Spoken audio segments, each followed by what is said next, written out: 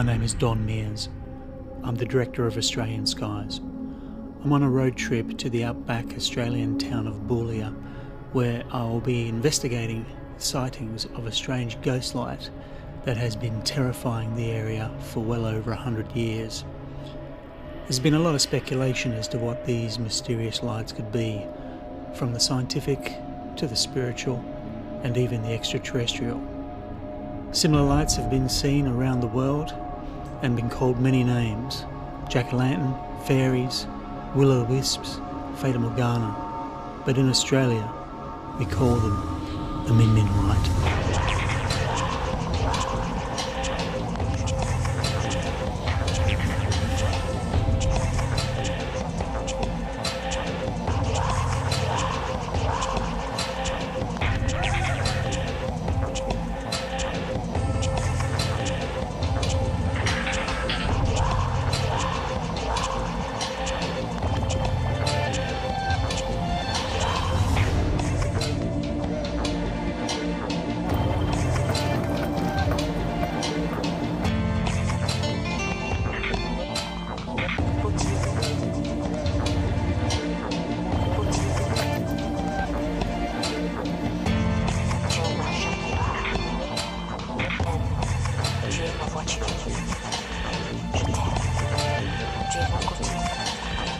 Hey guys, how you going? My name is Don Mears, I'm the director of Australien Skies, and welcome to the third film in the Australien Skies series, Search for the Min Min.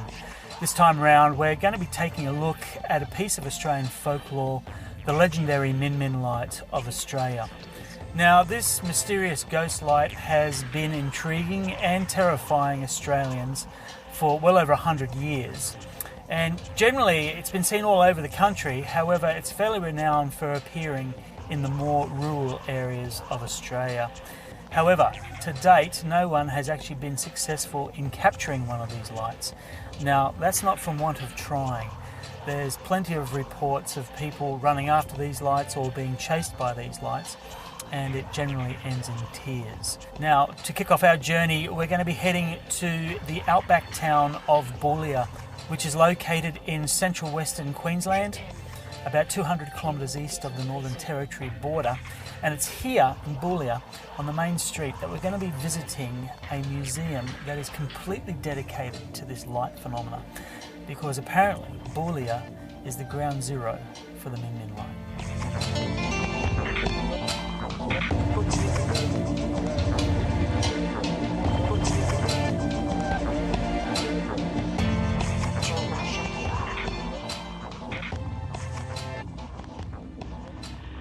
Okay, history of Boulia, 61,000 square kilometres is the size of the Shire. Our population is 500, we're 300 kilometres south of Mount Isa and 370 kilometres west of Winton.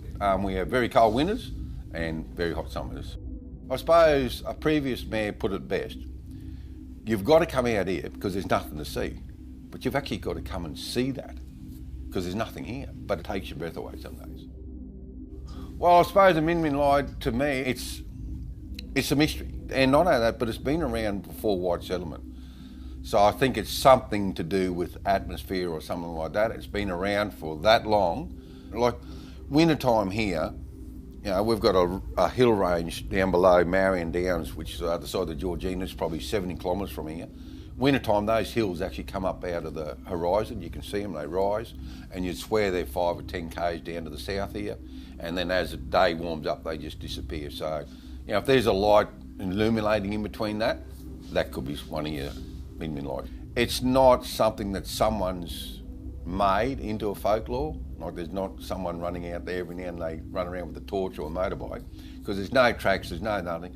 We've had a fair bit of probably scientists and all types of people, and it's never been solved.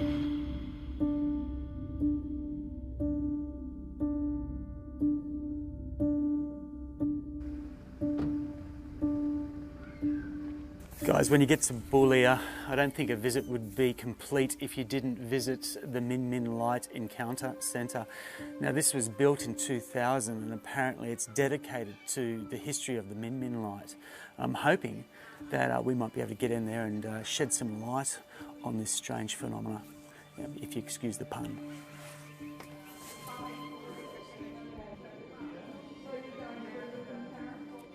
One explanation the old timers have is that the Min Min light could be an emu with a torch shoved up its bum, like that.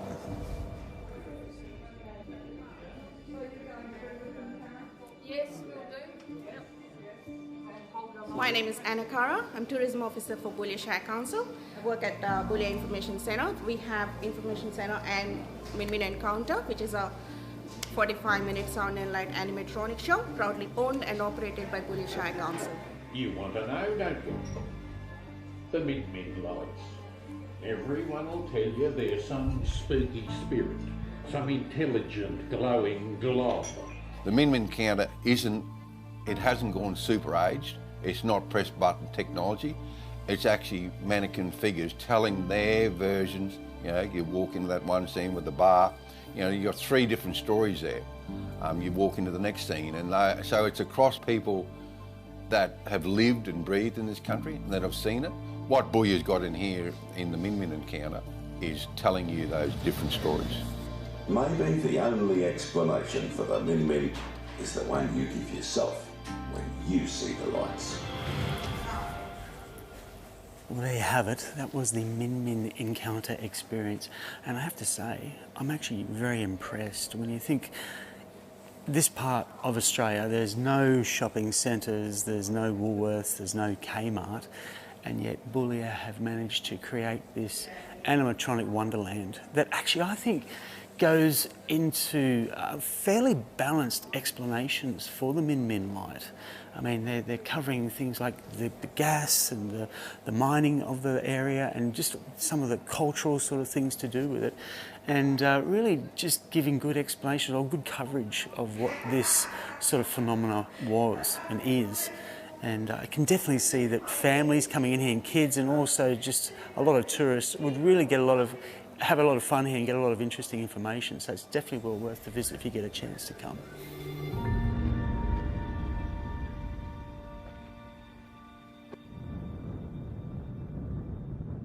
John, you run the hotel here, the Desert Sands Motel. Have you had many tourists come in who have seen them or come out here looking for them? Oh, lots of them come out looking for them, yeah. But, Really? but the thing what they say about the Min Min light, it'll find you, you don't find it. And that's, you know, and all the old drovers years ago used to see them because they camp out all the time. And people, you know, you could see them in their vehicles, used to follow them in vehicles. But wife and I were just sort of, it was south of here, but it was in a bit of a rocky outcrop with sandhills on the top. And yeah, we just stopped probably 8, 9 o'clock at night and got out, and then we were just yarning, and then suddenly this white light appeared on the top of the sandhill, probably 200 metres away. And it's like everyone else has sort of said about it. You know, all the reports seem to be very much the same, and just this white light just bounced along, probably 7, 8, 10 minutes, I don't know. And just, bounced along. We just sort of stood there with our mouths open and wondered what the hell's going on. And then it just disappeared. And we're just looking at each other and, well, what was that? Yeah, the next morning I got on the trail bike and went up and had a look, and no tracks anywhere, nothing. No, nothing, just, And have you ever heard of anyone else seeing them? More and more here, living here in Boulia. Yeah. And this seems to be the epicentre of them around here. There's someone not long ago just camped out here 8k, and he got went out of the caravan at night, and he saw this light and took photos of it. I mean, what do you think it is? Well, it's all it's all part of the inland sea all through here, and that's where they've all been sighted. Yeah, that's important that this was an inland sea, wasn't it? There's still a lot of fossils out here as well, aren't there? Yeah. Marine fossils. Marine fossils, here. Aren't there? And all these round rocks here, concretions that were in the seabed, and whether it's gases and there's uranium out here and lots of gas. What it is, don't know.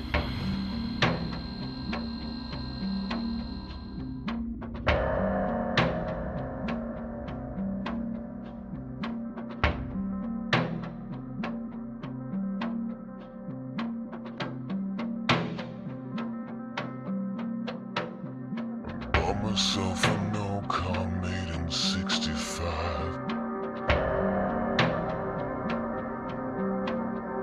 Got a pocket full of bills and a suitcase of cash.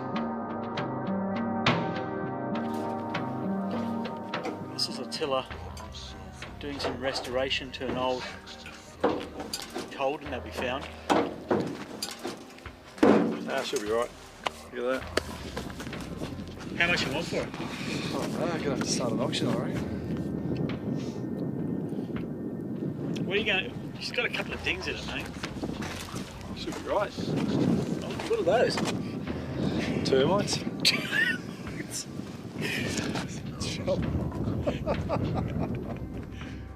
I spent time doing a program in the early 90s for the ABC Radio I called To Catch a Flying Star.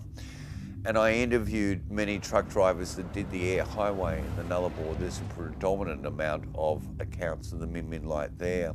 And those truck drivers would say that they would witness a light in their rear view mirror.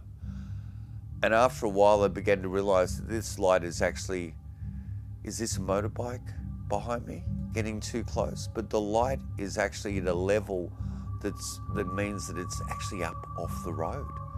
And they start to get worried, and that light may travel with them for literally minutes or maybe hours. Chef, no. Chef, I'm really scared. Dad, no, we have to keep driving. Oh my God. We're not stopping. And it's gone again. It's gone again. Chef, I'm really freaked out. It's gone Dad, again. we're really scared. It keeps chasing us. What I said? No. Definitely not. It's back again. It's back again. Oh my God. Where is it now? Right in the background. Yes.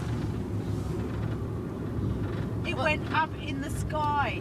It went up in the sky. When I said I wanted to see one, I didn't think it would chase us. Actually, you know what? If there is a truck stop, let's pull over and have a look, because I want to see if it is a vehicle. But I don't think it is. What if we get abducted? Historically, it dates back before European settlement in this continent, but also at the height of European settlement, many people were having encounters. And there's some very famous stories at the turn of the 20th century of drovers that actually witnessed Min Min lights and made a quest to spend their life to capture a Min Min light, and it being just a completely futile quest.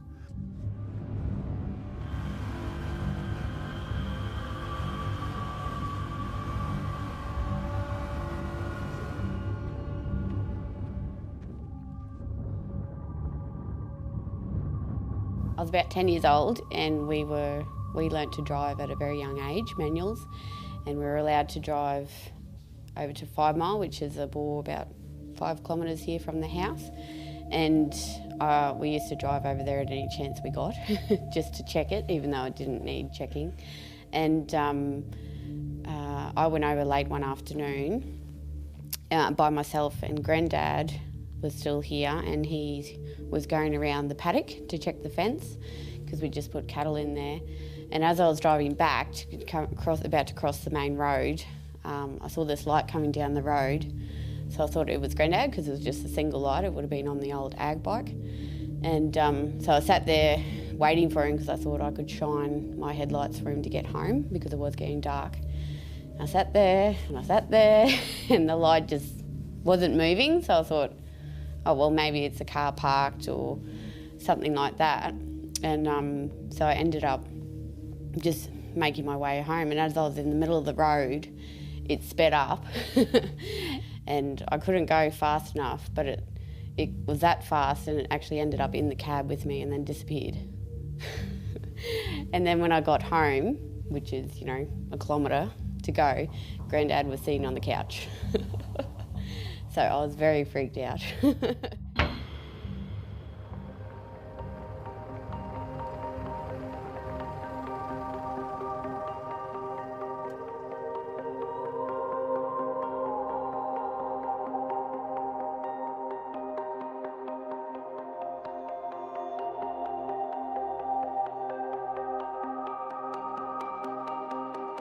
Breathing slowly,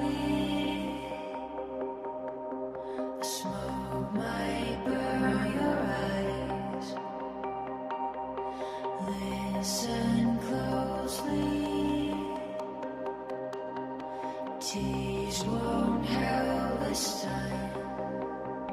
Guys, after a couple of days of driving, we've finally made it to the ruins of the Min Min Hotel. Now, legend has it that this is the location where the Min Min light was given its name. According to the story, there's a stockman who was travelling from Winton to Boulia, and he was going past the ruins of the Min Min Hotel in 1917. Apparently by then the hotel had already been burnt down. And as he was riding by at night on his horse, he saw a huge ghost light come out of that cemetery and proceed to chase him. Now, this frightened the stockman, as it would, and apparently made his way to the nearest station and then managed to make a police report. And the police obviously made a lot of fun of him and made light of it. However, after that first night, other people started to see more and more of these strange lights in this area, coming out of the grave, coming out of the ruins of the old pub.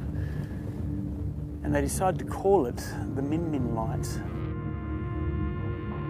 Now, one thing that's probably good to remember, that this is not the first time the light was seen. This is just where the Min Min light got its name. The first time the light was actually seen in Australian recorded history was in a book that was released in 1838 called 6 Months in South Australia. In that book, the author had been travelling with a party. They'd camped for the night, and during the course of the night they saw one of these orbs of light off in the distance. Thinking it might be bush rangers or something like that, they went off to investigate.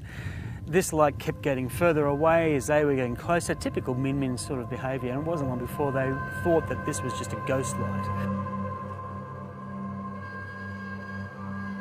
So we've got the little grave behind us, and it's marked the unknown traveller, and I think that's because, depending on which side of the story you read and who you hear it from, the Min Min Hotel used to be quite an infamous place, you know, a really rough place. A lot of people would come through, drovers, stockmen, and have a drink, and they used to sell overpriced liquor and rip people off, according to some. And legend says that they used to have this little cemetery out the back here so they could kind of keep dumping the bodies without anyone asking questions. Now, that's one story. The other story is probably much more mundane, that it was just a small family trying to run a small business in the outback. And yeah, sure, prices probably were expensive because it's expensive to get stuff out here.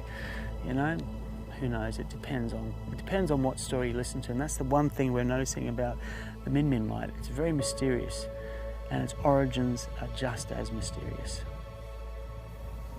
So it's going to be very interesting. Like I said, we're camped out over there. We're going to see if we can see anything.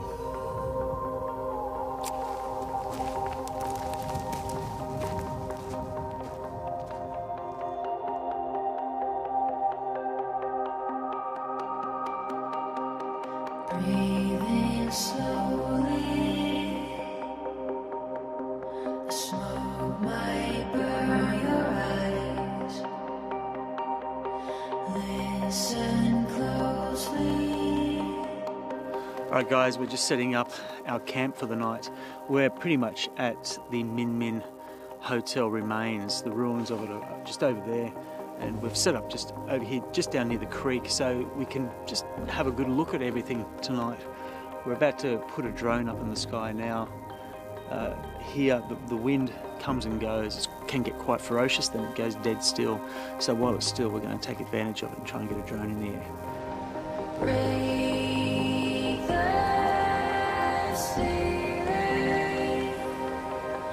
It's made of thin glass. Face the feeling. You might not regret. Alright kids, today on Australien Skies Kitchen, we're going to be doing chili con carne, which, if I'm honest, it's not a good choice when you have a couple of crew going to be in close proximity in tents and sleeping bags, as well as driving the next day. But here we go. We're going to take a walk on the wild side. Oh yeah. Oh. And we're off, ladies and gentlemen.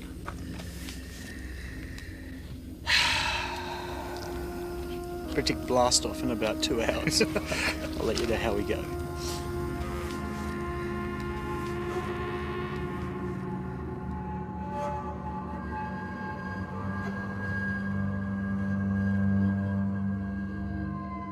Something shut my camera down over there because I set it up to do the time lapse, and battery was still strong, and I left it, which is still good.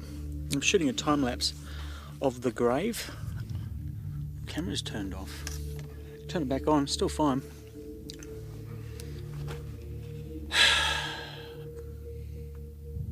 Don't know. What do you reckon? Don't know. Could be anything. You couldn't say this is coincidence. I don't want to jump to conclusions because it's not necessarily weird, but it was a little bit strange. Still had a full battery, still had a new chip.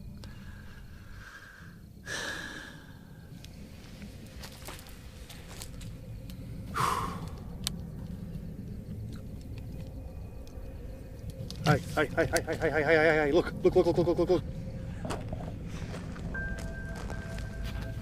fracking min light. That's over at the grave. That's over at the grave, mate. Okay, can you see that? Are you Yes, I zoomed can. in? Yes.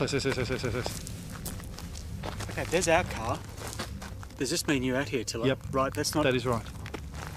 That's headlights, mate. No. It's got to be headlights. No. Okay, there's 2 dots. There's 2 lights there now. That's at the grave, mate.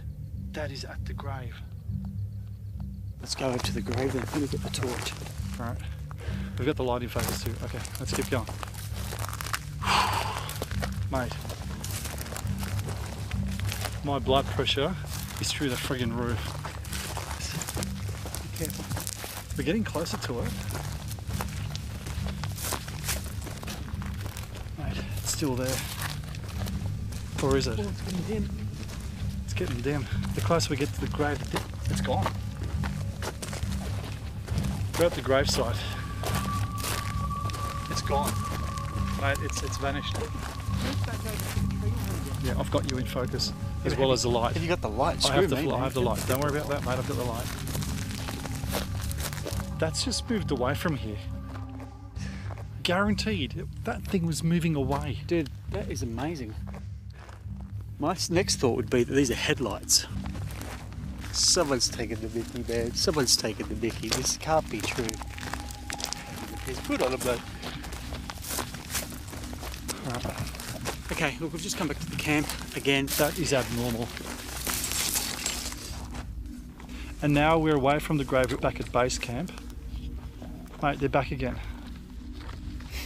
Alright guys, we have just been watching these lights for the last 40 minutes and I mean classic min sort of footage, you know, and we've unfortunately just managed to debunk them. They are in fact car headlights that we've just worked out have just gone past way off in the distance. And I think that what happened was they were travelling towards us for so long. There were 2 cars going in a convoy. There's something really weird going on here with light and distance. It's like a mirage or an optical effect or something. Because they were, would you say, till they were quite... Mate, they're aliens. I reckon they're extraterrestrials from who knows where. Now, for that light to have done the trick that what it did, yeah, I've never seen anything like it. I think, look, for me, it's as exciting as actually seeing a genuine min light. Well, in many ways, you did see a genuine min light. I guess so. That's what I think. Well, it's possible. It's up for debate. But, mate, yeah, it was quite fascinating.